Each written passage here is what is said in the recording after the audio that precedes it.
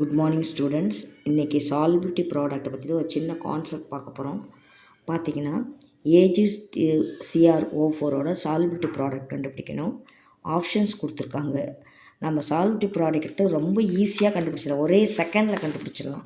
அதுக்கு key points என்னென்னா x⁻x, y⁻y, அடுத்து s⁻x+y. இதில் எக்ஸுங்கிறது கேட்டையானோட நம்பர், ஒய்ங்கிறது ஆனையோட நம்பர். நம்ம இப்போ Ag2CrO4க்கு ஒர்க் அவுட் பண்ணலாம். Ag2CrO4 இதில் 2 கேட்டையான் இருக்குது, ஒரு ஆனையான். So 2/2 × 1/1 × s⁻2+1.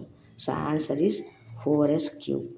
இப்போ அதே போல் second question, KSP value Ca3PO4 ட்வைஸ்க்கு எப்படி கண்டுபிடிக்கலாம்? இப்போ பாருங்கள், 3 கேட்டையான் இருக்குது, 2 ஆனையான் இருக்குது. So 3/3 × 2/2 × s⁻3+2. So you will get the answer 108s³.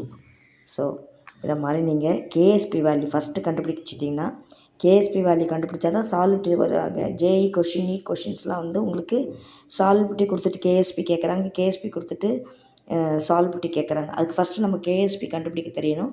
அதுக்கு இந்த சின்ன ட்ரிக்ஸை நீங்கள் யூஸ் பண்ணிங்கன்னா ஈஸியாக முடிச்சிடலாம். இப்போ PbCl2 எடுத்துன்னா ஒரு cation 1, ஆனையான் 2. So 1/1 × 2/2 × s⁻1+2. So answer is 4s³. இதை மாதிரி நீங்கள் எல்லாத்துக்கும் ஒரே செகண்டில் KSP வேல்யூ கண்டுபிடிச்சிடலாம். Thank you children.